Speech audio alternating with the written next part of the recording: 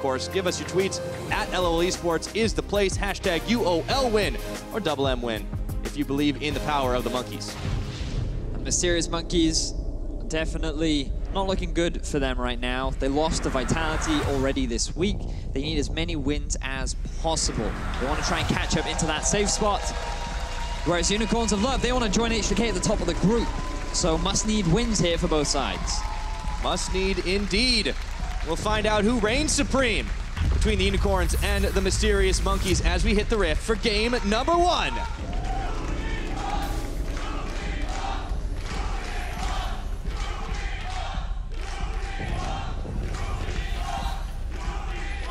Well, I think I know where the fan vote is going to go, Vedius. With the Unicorns and the Love Hurts crew, it usually is very one-sided. Typically.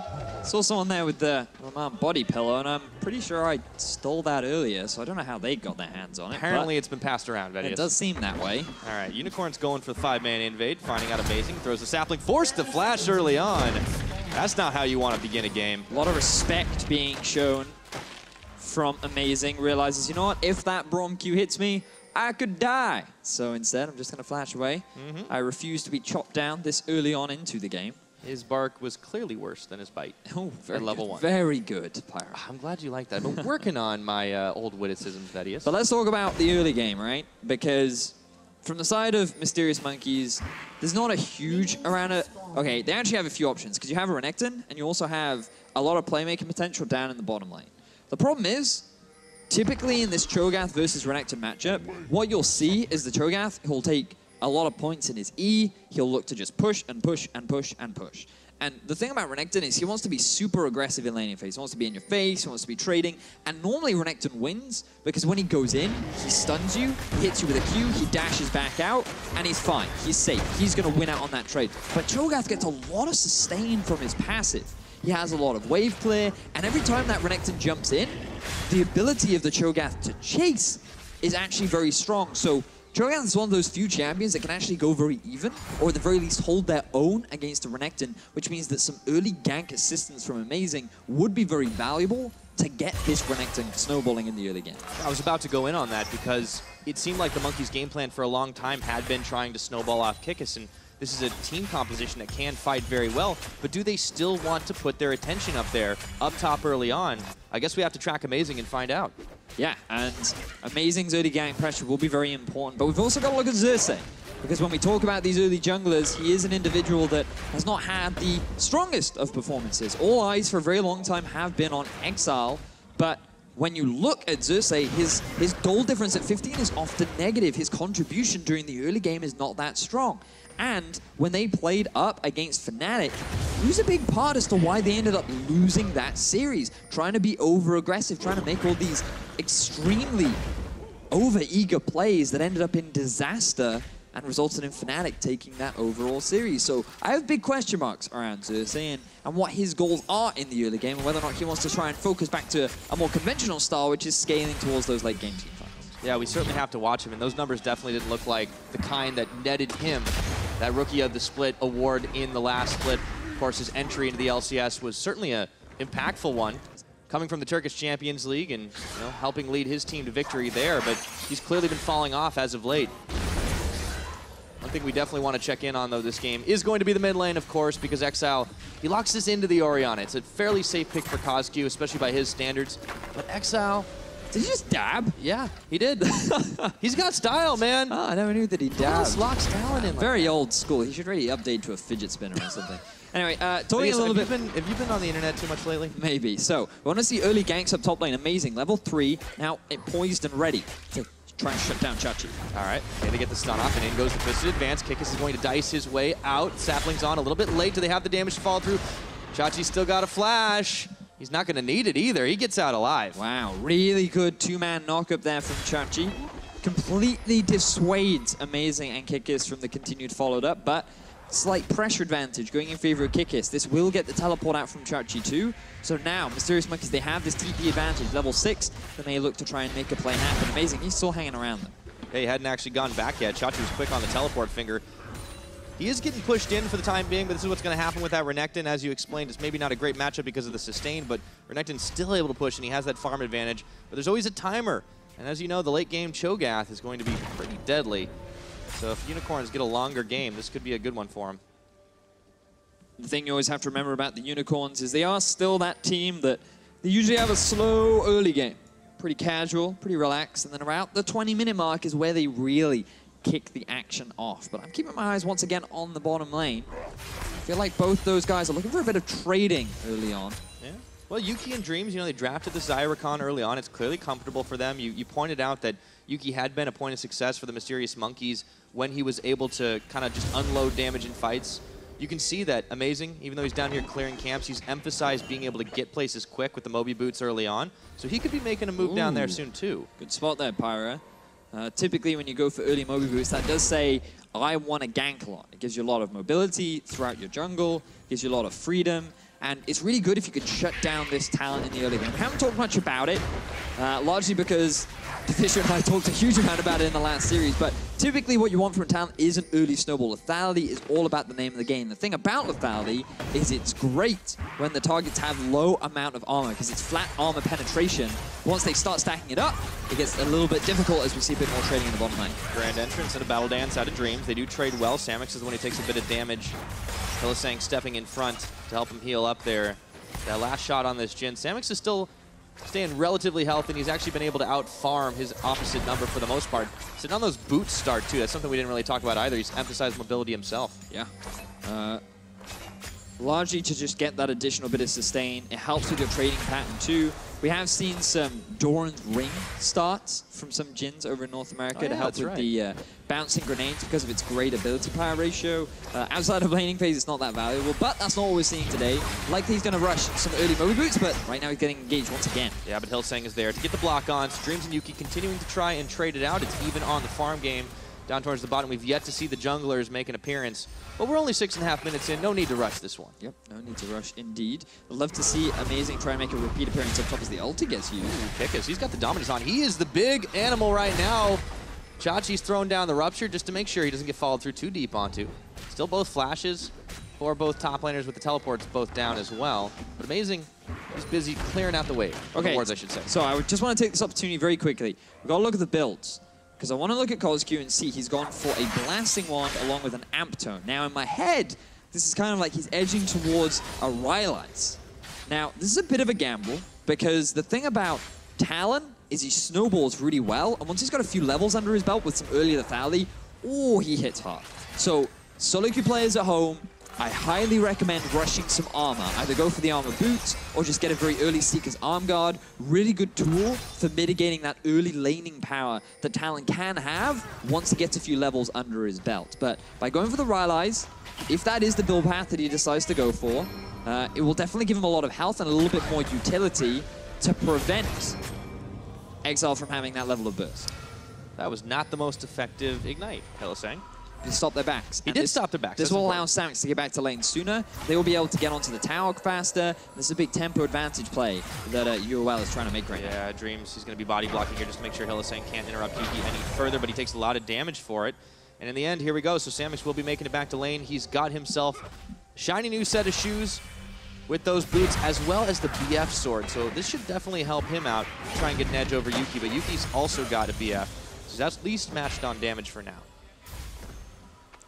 He will get back to lane a little bit later, so this will continue the early advantage that Samux has been able to build up for himself. The great thing about Jhin is usually early on in laning phase, he's still pretty strong. But now you're starting to see this trait actually go in the favor of Chachi, getting a lot of early armor to deal with the Renekton. Now Exileh. Shockwave pulls in Exileh. He's going to instantly top his ult on and look over to CozQ. Parkour's over, but Dreams is there to intercept. Oh, predicts it with the knockup. And is Rakan going to finish it for first blood? I think so. Great roam there from Dreams. Right place, right time. They get the kill down onto Exileh. And that'll be first blood going in favor of Mysterious Monkeys. And this is the kind of proactivity we wanted to see out of the Monkeys against Vitality, but now they're bringing it up against the Unicorns. I want to see how this continues here. 9 minutes in the game. They're making moves. Xerxe and Chachi are up top. They get a bop on to the Croc. Chachi's moving out, barrels on, and that's it. Bit of a pressure play there from the Unicorns of Love. They see the gank happen mid, and they want to try and make something happen somewhere else on the map. Let's have a look back at how this happens here in this replay. So, Mysterious Monkeys, they spot out Exileh trying to clear out the ward. He doesn't flash away from the ultimate. A little greedy from Exileh, but I love the pathing that he takes, thinking that he's safe, utilizing the walls and mobility. but he just doesn't expect Dreams to come out of nowhere. And if you think back, if Hylissang had never delayed the recalls of Hylissang, of Dreams rather, he delayed his own back too. He never would have been in that situation. So it's all Hylissang's fault. Is that what you're saying? Okay. Yeah. Well, I guess you can always blame the support. But let's go back to these mid laners, right? We got to talk about it because now Exileh is behind. It's a really big deal for Talon to not be behind in the early matchup, and the fact that CozQ has been able to get what looks like to be an early Rod of Ages into this matchup, very similar to what we saw from Caps when he played up against Talon, will be very advantageous for him. But let's just talk a little bit more about the mid laners as well, because sure, I wanted to see a little bit more from Xerxe. I questioned what kind of Xerxe was going to set up in the day. Would he be early game focus or would he be team fight? But Exileh has received a lot of flack, and so has CozQ. And that's because these two statistically are the worst performing mid laners in our league. You can see 10th, 8th, sitting very low down on the ladder of other mid laners. A lot of their deficits come from early laning phase, but also just their ability to get kills and how regularly they die in the game.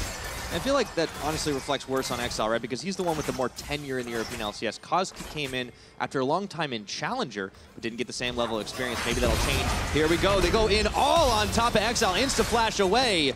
The Thorns are out, but Exileh is already back under tower. Monkeys tried for the collapse, but couldn't find it. Coordination was a little bit off there. 2 flashes used from the mysterious Monkeys, but really good setup there from, or really good escape rather, from Exileh. And they want to try and shut him down, try and prevent this Talon from getting into that snowball state. The mysterious Monkeys being extremely proactive in doing that so far.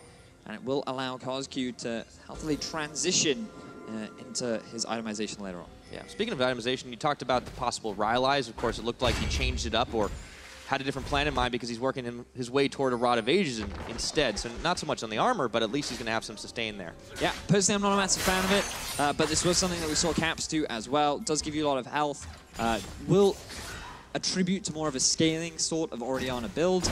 But I think the big thing is that you lose the cooldown reduction that you typically get from the Morello Momocon, which is extremely important on a champion like Orianna because she is so teamfight centric that being able to spam those skills as often as you can, give shields, move your ball around is super, super important. So I wonder if he will build towards the Morellos a little bit later on, but he needs to get that Zhonya's completed ASAP to mitigate a lot of the burst power that Talon does have. Especially considering the Dustblade of Drakthar has been completed on Exileh's side, and we could start seeing things shift in their favor. For the time being, the Monkeys are the ones that do control this gold lead. It's been an extended laning phase because nobody's made a big swap or a big push. Yep.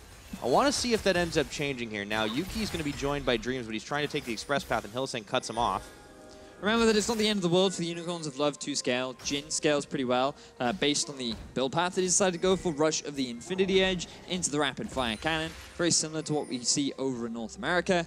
And Chachi, he's on Cho'Gath. Cho'Gath scales well. He scales with health. He does a lot of damage later on, especially to any target that he can get onto, really, because of the amount of true damage that he in fact does do. And this could be an issue for Mysterious Monkeys because Renekton isn't ahead.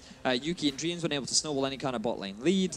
And we'll have to see, because right now, an extending laning phase isn't that bad from the Unicorns of Love. No. Oh, and Dreams. Uh-oh, he ran right into the gank squad of the Unicorns of Love. The rake comes out, and Hylissang throws on the Winter's Bite. That's the finishing blow, as he's able to pick up 1 kill for himself, and now they are proxying behind this wave. Xerxe Exileh stopping anything from happening by way of defense. CozQ will get some free hits on the mid tower while the Talon is away, but he's back soon enough.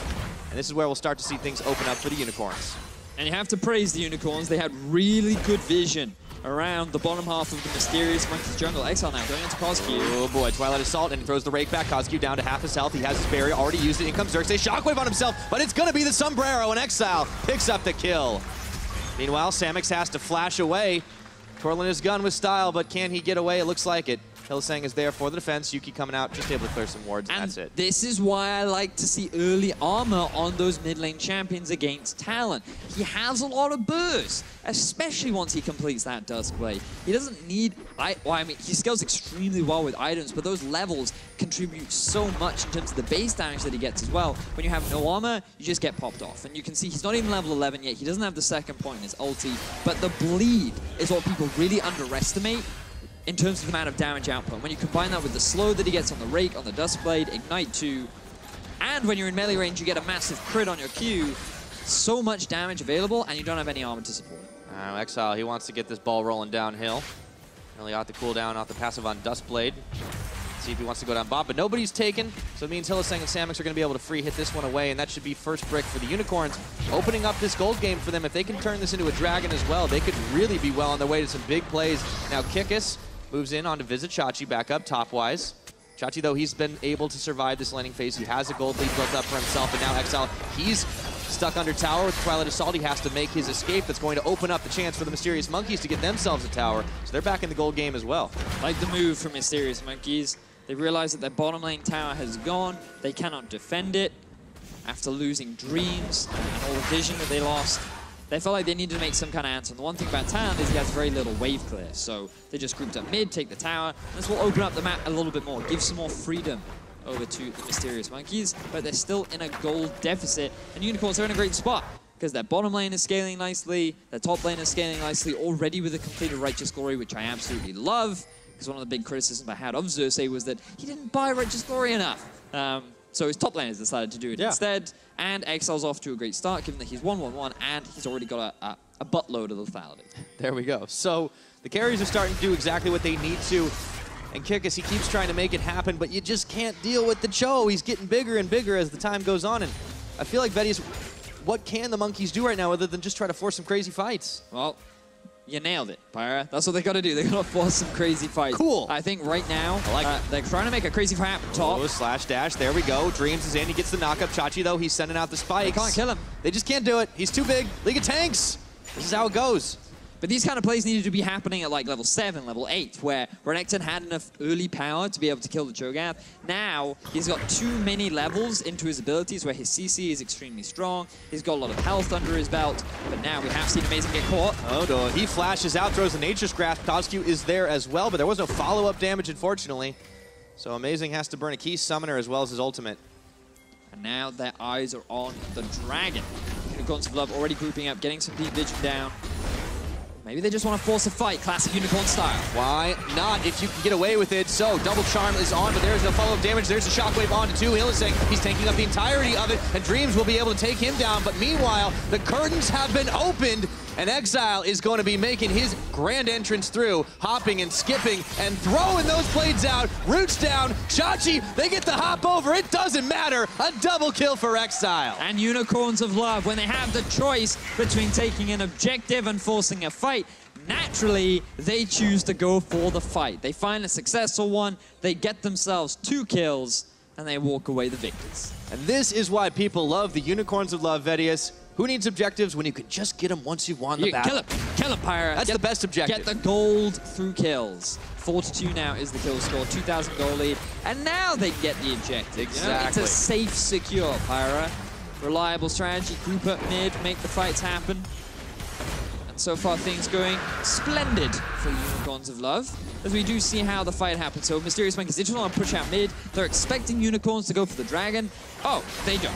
Instead, they try to force a fight. As 3 members, Gragas isn't even here yet. Cho'Gath still hasn't TP'd into the fray. They even lose Hylissang at the start of it, but then it's at this point, Exileh is able to get onto Dreams, he's able to chase up CozQ, and one Mysterious Monkey's all split apart because of the delayed TP from Vizicsacsi. That's where the fight suddenly goes in their favor. Yep. Well, you know, usually when you see a pick like a Talon, as Exileh goes in once again onto Dreams, he'll be able to get the deletion off.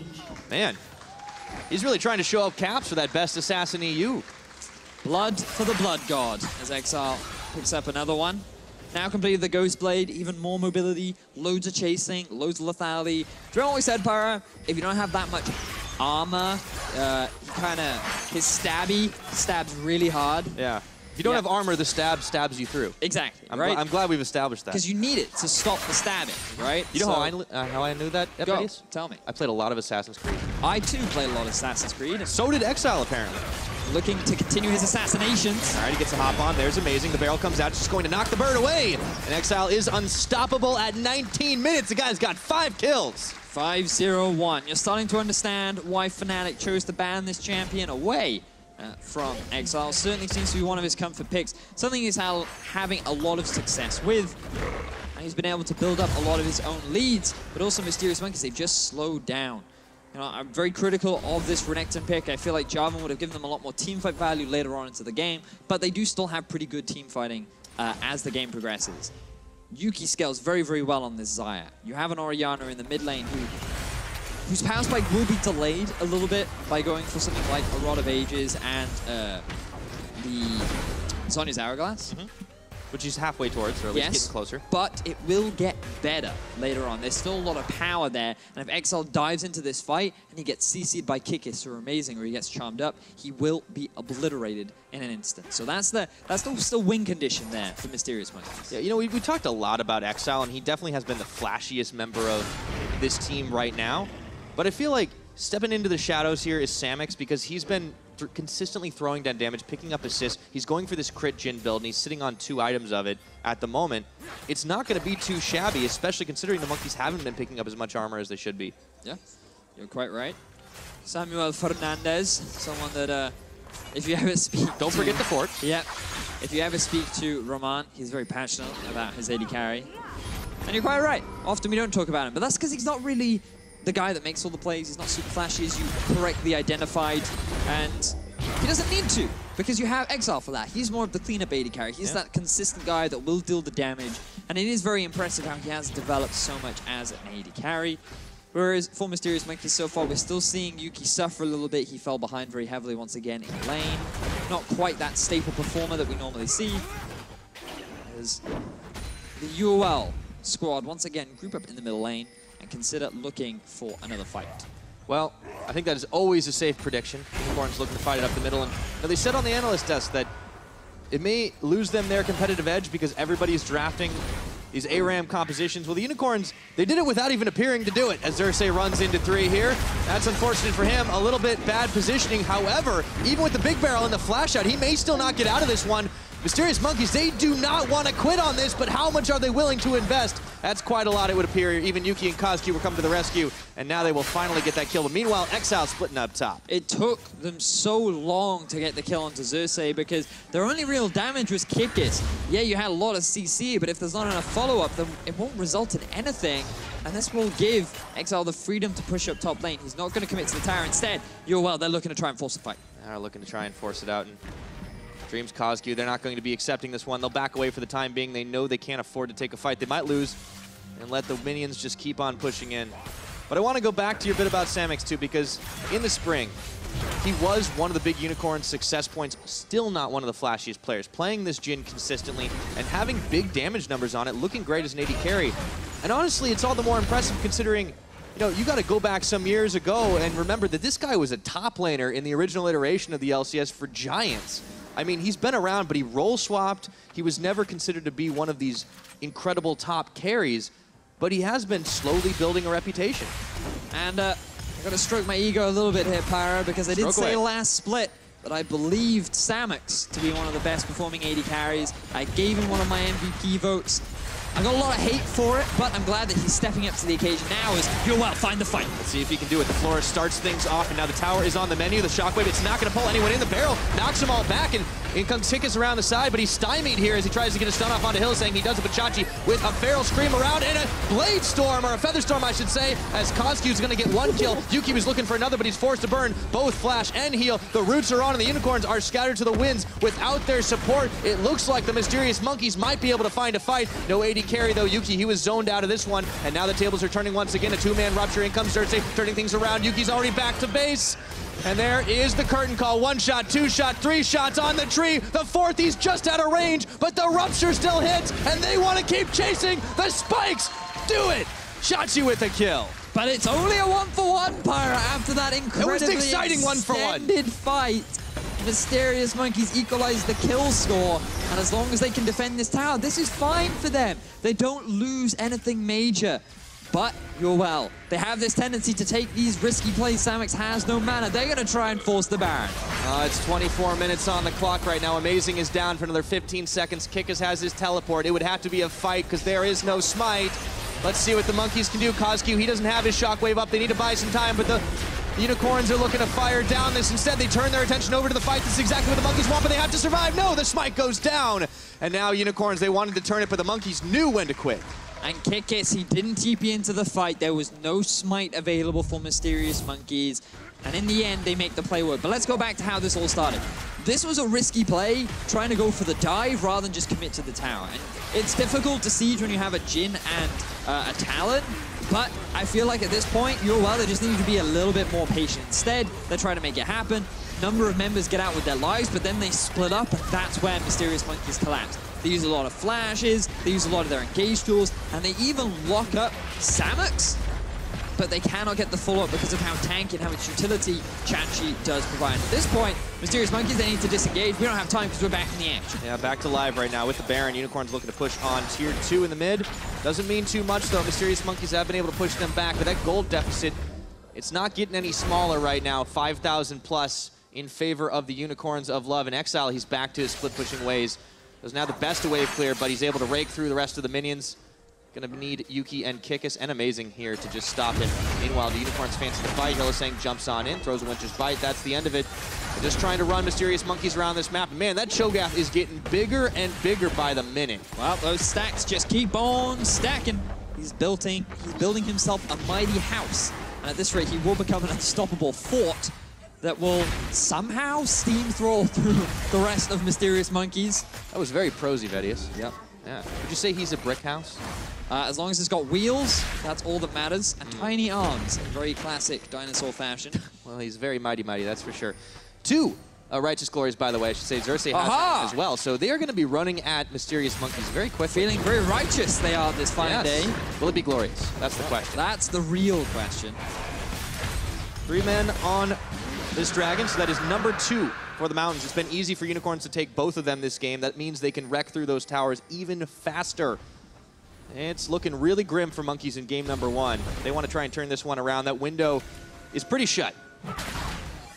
Maybe cracked just a little bit. I don't know what they'd have to do to keep it open, though. Well, Mysterious Monkeys, the one thing you can always rely on for the Unicorns of Love is they will fight you. And while they aren't certainly good at fights, there is still the potential to turn a fight around in your favor. They just have to find that right one. If they can get onto Samux, maybe shut down Exileh early on, they can swing things into their advantage, but a lot of poke now coming out from Samux as UOL continue to rotate between mid and bot. Okay, they're looking for CozQ. Curtain calls open, Shadow Assault, and oh, they just combo on top. He goes gold in the last shot. He's going to miss, but the barrel is not an Exileh. Turns it right around, and a Shockwave pulls him back in time. He's rooted down. And let's see if they can take down Exileh. In comes Dreams, but CozQ has already fallen. They turn everything to him to get a shutdown. Mid laners traded. However, the Unicorns, they might be the ones who are caught out here. Samux is forced to flash away. No curtain call available to turn him. And now it looks like Xerxe's going to get an nom onto Kikis. And Xerxe leading the charge. Amazing Dreams. Yuki all silence. All back to the safety or not of their turret. And Cho'Gath eats the Monkeys. Amazing is the last man standing here, and I think I've seen this horror movie before, Vedius. A double kill over to Samux. Unicorns of Love demolish the Mysterious Monkeys. They have the Baron buff. They have a minion wave behind them, and they may very well look to end the game right now. Easy peasy would be the way it goes, but instead they're going to respect those cooldowns. Everyone's coming back up, and they will settle for taking the fight and the inhibitor. And here is that again from the beginning. This play itself is absolutely fine, right? What they want to do is force CozQ back, maybe even get a kill. The setup is good. They've got the fourth shot as well, the ulti too. But CozQ with a really good shockwave into an Orianna shield.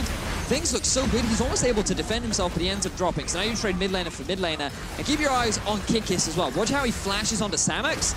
Instant root, but no follow-up. And once Xerxe joins the fray, it's this fort that you just cannot get behind. He's just standing in the way, making things impossible for the rest of Mysterious Monkeys to get onto the carries, and then Xerxe effectively becomes the carries as he chows his way down through the Monkeys. Yep, now Yuki and Dreams on a hasty retreat right now. Tier 2 up in the top side is only at half its health, and Unicorns, they keep on steamrolling this gold lead ahead. They've got 4 members here, and Samux is bringing up the rear. Instead, they let the minions get taken down. And actually, Kikis is going to be pushing on the bottom side. Monkeys only have 1 tower, so that's why that bottom is still standing. But Xerxe, he wants to turn this around. A Rupture separates them up for the time being. Amazing, he throws the Nature's Grasp, but Xerxe is in the backline. Featherstore comes up, and it's going to be a lot of blades. Exileh coming to join this party right now. However, the shockwave stops down. Second, Exileh's down, but Samux had the curtain call. Do they have the damage? The monkeys sensing weakness in the chaos. Xerxe, he's going down as well, and now CozQ lead the charge. He had shockwave, already used that one, and Chachi's in the front. Does he have the sustain? Amazing gets the root down onto Samux, and he able to bramble smash him down. CozQ's gonna fall as well. This is a bloody brawl. And I don't know who's going to win this one. There are only 2 unicorns left. Make that one, but it's Chachi. And it's so conventional for the Unicorns of Love to do this. Chachi, he's still alive. He's still just bimbling around, never gonna trying kill to get this the guy. kill. I don't think anyone can kill anyone, Pyra. I think Chachi can kill everyone, but I'm wondering how far he goes. Let's watch, shall we? He's still going. Dodged. In the end, the tower defeats him. So, Unicorns of Love. I think the play itself was fine. I think the way in which they try to force that fight, they know they have a lead, they can definitely win it. But time and time again, you see these execution errors from the Unicorns of Love, where they just overcommit for the kills. They try too hard to make a play that they've started succeed. And you can see here, the flash, the knockup misses from Chachi. The root doesn't land. The knockback comes through, but there's no real fault. At this point, you disengage. But no, they go underneath the tower. They feel confident enough they can get the kills. Exileh ends up getting shut down by a great shockwave from CozQ. The flank comes in from Kikis onto Samux as well. Xerxe still underneath the tower. And this is the late game fights we were talking about, Pyra. You know that the Unicorns will fight you. They're not interested in playing the slow macro game. They won't move from lane to lane. They will always try and get leads through kills. They will try and get objectives through kills. And that means that there's always this opportunity for the Mysterious Monkeys to find an avenue back in, because their team comp still does really well in team fights. And when they overcommit that hard, you can find these windows to turn it against them. Yep. Now, the real mission for the monkeys will be to take down the giant void monster if they can finish the fights like that. Honestly, the big difference between those early fights and the ones we're seeing now, though, I feel has been CozQ and his placement of the shockwave. Yes, it wouldn't do nearly as much damage before, but when he's on 3 items and you can get it in the right place at the right time, that is a game changer. Now we'll see if he can bring it to bear here. Amazing. Very, very risky play. Amazing. He's got the ulti. I mean, that's a double Mountain Drake Unicorns. They should be able to secure this one up, and they're going to get the smite down. But now can they win the fight afterwards? Exileh's going to get charmed up, knocked up. Shockwave pulls him in. It's just one, though. Do they have the damage? No. Exileh finally will go down. It's CozQ that gets the kill credit. Meanwhile, Kikis is causing havoc in the back, and he flashes out as they were buying time. It's Chachi and Xerxe, and that is a 3-man silence. Nothing that the Birds can do right now, as Chachi on the front line might just be the difference maker. Samuel Fernandez for taken down. Amazing. And it looks like the dreams of the monkeys are starting to fade here, as Dreams himself, his health bar was nearly taken down to 0. CozQ trying to dodge, but you can't dodge them all. And the Unicorns take the fight. So much is happening in these fights, but it does look like that the Unicorns of Love, they still are able to win out. They will be able to get the superior number of kills. They walk away with the bad, and now they are running it down mid. They have some minions available to them. Samux and Vizicsacsi looking poised to take that Nexus. And the worst time for a pause. Oh, man. Oh, allows us to catch our breath, though, Pyra. Okay, yeah, I mean, I've been going a little crazy in this one. But that is the Unicorn plan. Get the fight, run it down mid, all according to plan? So, I'm sure we'll get a replay of the actual Baron fight, but basically, while it is risky, you have Cho'Gath. So you have the ultimate available to just nom it down. You've also, you know when you're going to get that guaranteed crit from Samux too. So there's like a lot of burst damage from the Unicorns of Love, and one of 2 things happens. They either rush down the Baron and they get it, or they force a fight that goes in their favor because they know that they're strong enough. So I think that while there's always an element of risk doing it, I think overall it was a fine play. It just very much came down to whether or not they were able to execute, and this time around they were. But again, Exileh, he goes to this flank, and he gets shut down very quickly. Mysterious Monkeys, they look like they were ready for it. But they use all their damage on trying to kill Exileh. Then they have nothing left for all these tanks that are just slowly chasing them down. And Renekton, he doesn't have the same sort of kill threat as a Cho'Gath does. And so while he's sitting on top of Samux, Samux is actually kiting and fine, and he almost actually gets the kill onto Kikis. Whereas Chachi, he tanks up like 3, maybe even 4 members, and he's just like, and eventually he's able to almost kill Yuki. Yeah, specifically that sound effect. That was a theatrical interpretation. I'm a Cho main, as you can tell. Well, I'm glad to know that. Now, just to update you guys on what is going on, there's a mouse issue relating to Yuki. So while League officials are on stage trying to get that one resolved, I'm told we'll be jumping back into the previous fight and seeing the action unfold once more. And yeah, that definitely needs a second breakdown, I feel. Yeah. So here we are. Now, what you'll notice is here, Xerxe using his CC to just keep people away. He has the nom-nom, you have the crit, you have everything, so they make the play work, but then a great collapse onto Exileh, shuts him down very quickly. He doesn't get the same kind of burst. And just keep your eyes on Kikis versus Xerxe, right? Because Kikis, he has to flash away because he doesn't have the power to kill Samux. Whereas Xerxe's literally tanking up 3 people, being like, I take no damage, I'm not afraid of anything, I have all this bonus health, I have all these bonus stats, and I'm just buying time for my backline to eventually kill whoever's in their way, and then I will eventually win the fight. So you're just seeing the difference in late game teamfight power between a Renekton and the Cho'Gath. And this is why I just come back and I criticize the Renekton pick. I wonder if it was best. I feel like that he picked it full lane, and even then, he wasn't really able to do very much with it during the laning phase. Yeah, perhaps the Monkeys needed to go something a little more scale-centric. I mean, the build in the Orianna was that way. The dual laners worked that way. The Maokai worked that way. The Renekton definitely seemed to be a little bit out there, and that's something the Monkeys will have to think about going into Game 2. Now, they're at death's door here for Game 1 because the Unicorns are inside of their base, but of course, in the pause moment, people coming off a cooldown, maybe we'll see one last desperate fight. Well, we may very well do. In order to do that, Yuki will need a mouse. So I've just been informed that his mouse will be swapped out. They're going to confirm the settings, and then they can go for that final fight. You can dodge skill shots. Yes. I've been told when he has a mouse. A necessity from personal experience. But things definitely looking bleak for the Mysterious Monkeys in Game 1. While the Unicorns of Love have certainly taken a few risks this game, I feel like a lot of the time we've still seen them stick to their style, which I think is the big thing. We haven't really seen much of a shift from what we saw from Rift Rivals. I still think that we're seeing the same kind of Unicorns of Love.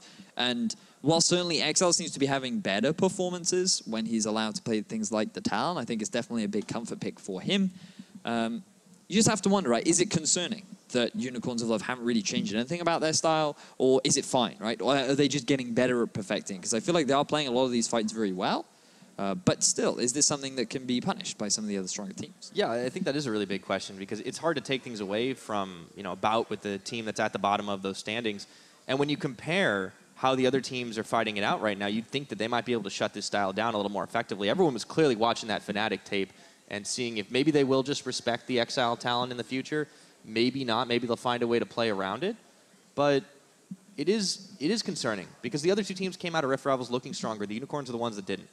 Yeah, and that's a big thing. So still 2 weeks left following this one of regular season play, and then we'll be jumping into playoffs. And as we talked about earlier on, the stakes of this game are very much that... Is that the new mouse? Looks like it. It looks pretty shiny. Oh, no, that's the old mouse. I looked a little used. I would argue that it's a little shinier, though. I mean, I guess old and new is relative if you've been using it this game or not. TLDR, guys. That one could be older, technically. You're having a visual of how to install a new mouse. Step 1, unplug. Step 2, plug in. Step 3, test it out. Yeah, move it around. Thank you for the demonstration, Yuki.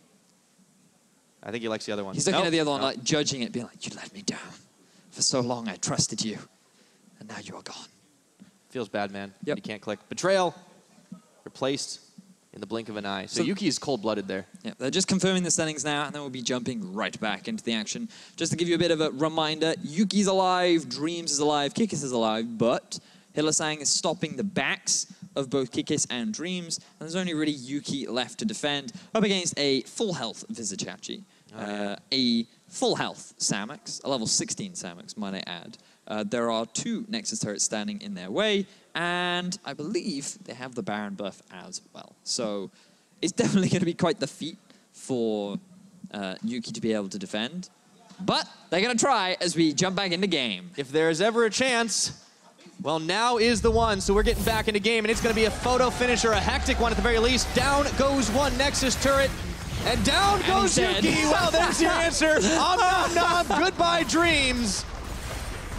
Now we sleep. The Unicorns of Love finish off the last Nexus turret, take down the Nexus, not the back of a real big Cho'Gath, and the rest of the Unicorns of Love. No, the inhibitor respawned! Oh, we got trolled! Hopes are still alive for the Mysterious Monkeys. Unicorns of Love, they can't end the game yet.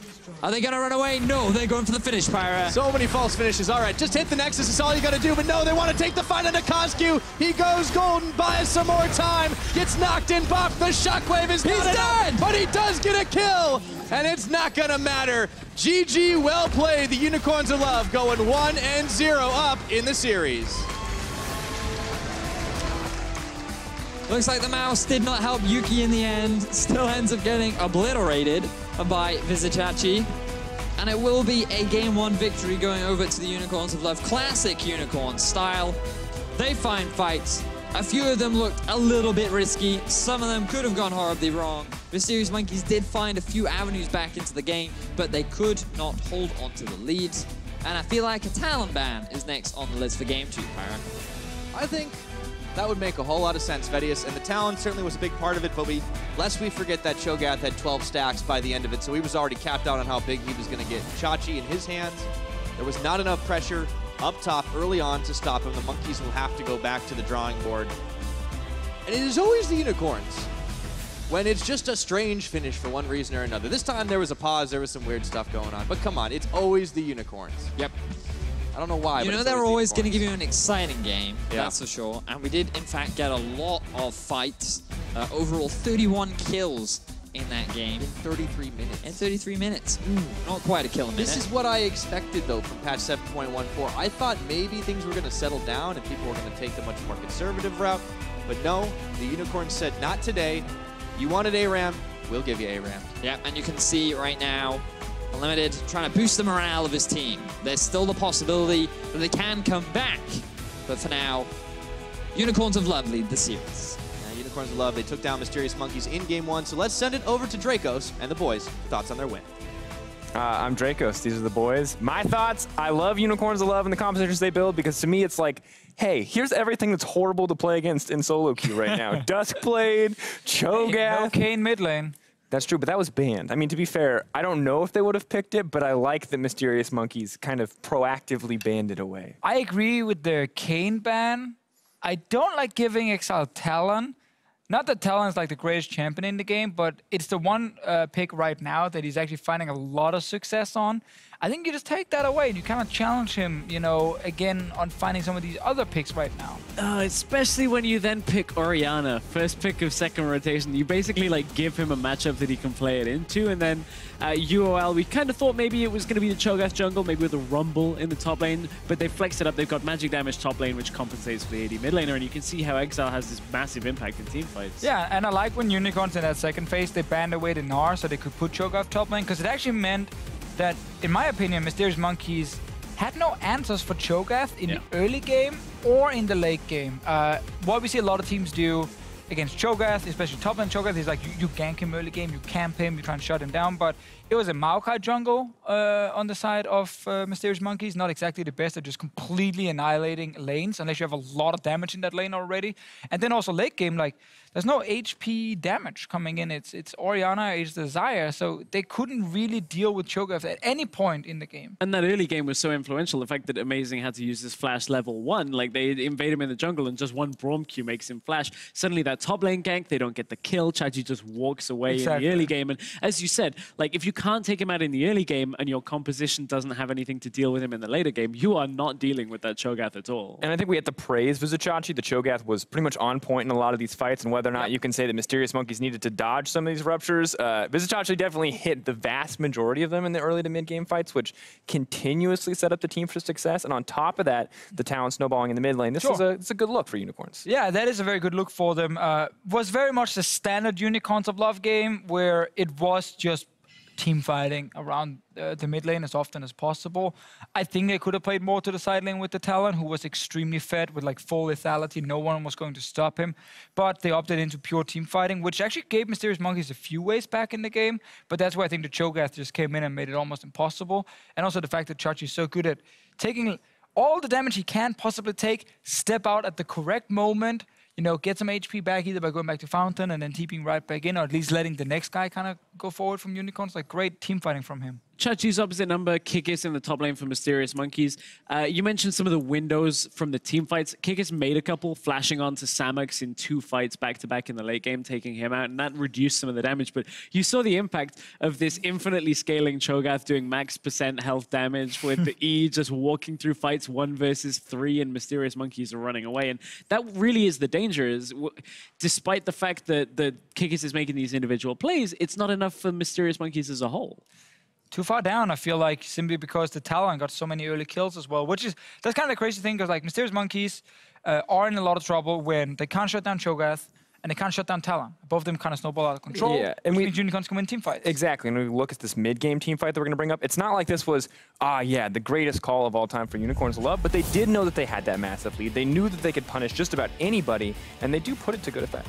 Yeah, this they go into CozQ, didn't quite get the Zhonya's off immediately, but buys enough time for him to survive through. And look, Exileh has dove behind the tower. This is the 2nd or 3rd time that Unicorns would do this type of play within the game. And watch for Kikis. Vedius highlighted how he gets onto Samux, and this was the first time really where Samux is now on the back line, trying to just run as far away from the fight. But Chachi, so strong. Look at how tanky he is. This health after he pops that Gargoyle Stone Plate, the ruptures connecting every single time. He's in no threat. We had so many team fights looking like this one, where it was extremely back and forth, like a few kills in favor of Unicorns in the next fight, a few kills in favor of Mysterious Monkeys, and that was my only like concern or criticism with this game, was that a team who actually got the early game advantage with a Cho'Gath and Talon, in my opinion, should be able to fairly cleanly actually take over the game, because there's no answer for the Cho'Gath, and there's also no answer for the Talon in a side lane. But instead, it became just team fight. That's true, but they did find the win, and they're definitely proven by the KDA. And the damage per minute, that is disgusting. Look, the Cho'Gath, they couldn't kill the Cho'Gath. I will not take anything away from Vizicacsi's Cho'Gath performance at all, but the fact that Mysterious Monkeys actually found some fights that could have made them, or potentially put them back in the game, I don't think that should have happened with how fed Talon and Cho'Gath were in this game. And while I agree, I just want to point out that I remember, I think it was Origin Power of Evil, Varus 1200 damage per minute was, I think, the highest damage per minute we had ever seen for any individual player. I'm sure it's been surpassed since then, but 1,000 damage per minute for a full tank, the Cho'Gath, is insane to me. I feel like people have to ban this champion away. I mean, they gave it as a first pick. I don't think they got a whole lot in return, sadly, for the Monkeys, because they picked the Maokai, which was fine. But then they picked Rakan, and Braum was there as a counter pick for Hylissang. So it's kind of like they didn't get enough value to give away the Cho'Gath in good faith and say, yes, this was great, we trade him for 2 OPs, because they didn't actually get 2 OPs in return. All right, well, definitely the case. We're going to take a short break, but when we return, the players will return to the Rift for Game 2.